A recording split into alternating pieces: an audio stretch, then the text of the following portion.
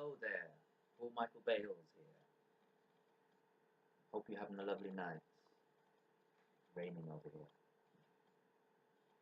Right, tonight I'm going to speak about this book, which is called Lawsonomy. It's one of my favorite books, and I've got a whole collection of these sorts of books. They're by a man named Alfred Lawson. Let me tell you about Alfred Lawson, another unacknowledged genius. He was the inventor of the airliner. So not the aircraft, which has about 2 seats in there, but the airliner, which is like the bus of the skies, which takes all the passengers to the holiday destinations. And if it wasn't for him, then we wouldn't have that. And he was one of the pioneers of the aircraft industry. His magazine, I think it might have been Aircraft. I think actually he coined the term aircraft actually. And he had this magazine called Aircraft or something along those lines. He also was a famous baseball player and baseball coach, famous businessman as well, and philosopher. He even started his own religion, which is called Lawsonomy. A friend of mine now, Mel Hayden, he still runs that university. He's 93 years old. He's a vegan. He's energetic, more energy than my 20-year-old. He's a really nice guy. He knew Alfred personally and took over the university when he died. Alfred, he also was what you could say an activist, or someone who went against the banks during and just after the Great Depression, when many people were very disillusioned with the banks and finance and the bankers and the rich at a time when they've lost everything. They've lost businesses, they've lost their own money, all their savings, their stocks. Really, really bad time, probably worse than the recession we've just had now. Well, Merle, he was young when this was going on. He joined up with Alfred Lawson, who was making big waves at this time because he was someone rich and knew all these finances. He knew all these top people. He knew one of the Rothschilds and I think Astor. I think he knew.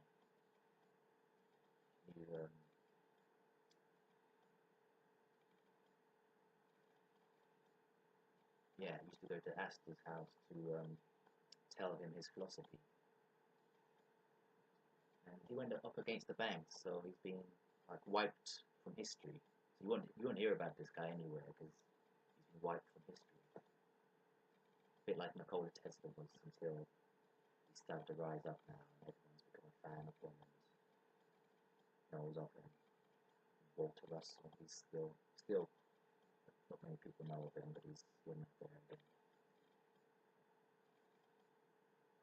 Yeah, this guy Alfred Lawson, he started the first and largest ever grassroots movement to go up against the banks. Or your Occupy Wall Street things and everything like that. These were doing.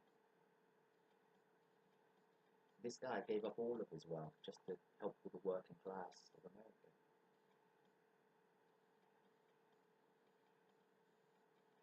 He also was a genius because not only was he a philosopher, but he had his own theories of physics, which were completely different to the standard like Einstein and all them lot.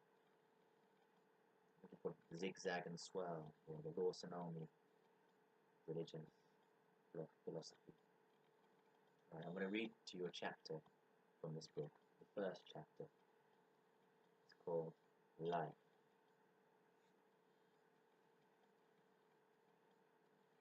It's the second chapter, actually. The first chapter is just an introduction. It's the second chapter, called Life.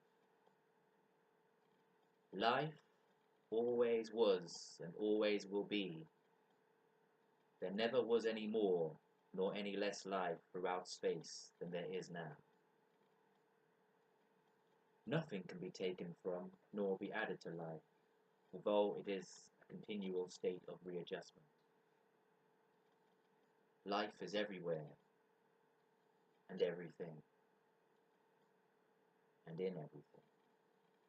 The object of life is to create and develop intelligence to the highest degree of usefulness. Life is divided into three main parts, all dependent upon each other, distinctive in nature, but cooperative in purpose. They are known as physical, mental, and spiritual manifestations.